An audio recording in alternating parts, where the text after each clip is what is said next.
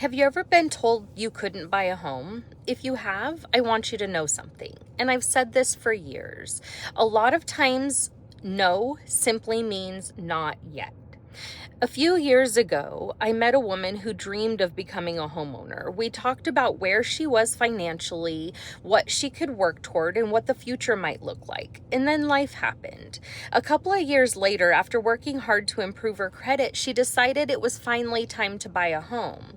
But she didn't call me. She called another realtor, and she ended up talking to a couple different lenders. And after those conversation, she walked away believing that home ownership just wasn't going to happen for her.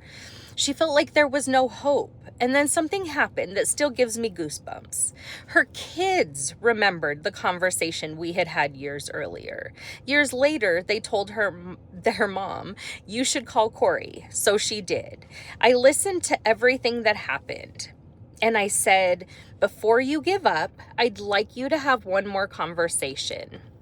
I connected her with one of the lenders that I trust, not because I knew the answer would be yes, but because I wanted someone who would take the time to understand her whole financial picture and explore every option. She had already done the hard work of improving her credit, and the lender explored the programs that fit her situation. I helped guide her through the process, and that conversation changed everything. She qualified through Washington's Covenant homeownership program. She received down payment assistance. She received help with her closing costs. Today, she is a homeowner. Later, she told me something I'll never forget. She said, "Before we talked, I felt like I had no hope." That's why I wanted to tell you this story. Not because everyone who's been told no will qualify today, I would never promise that, but because every situation is different. But here's what I do know. Sometimes no really doesn't mean no, but sometimes it simply means not yet.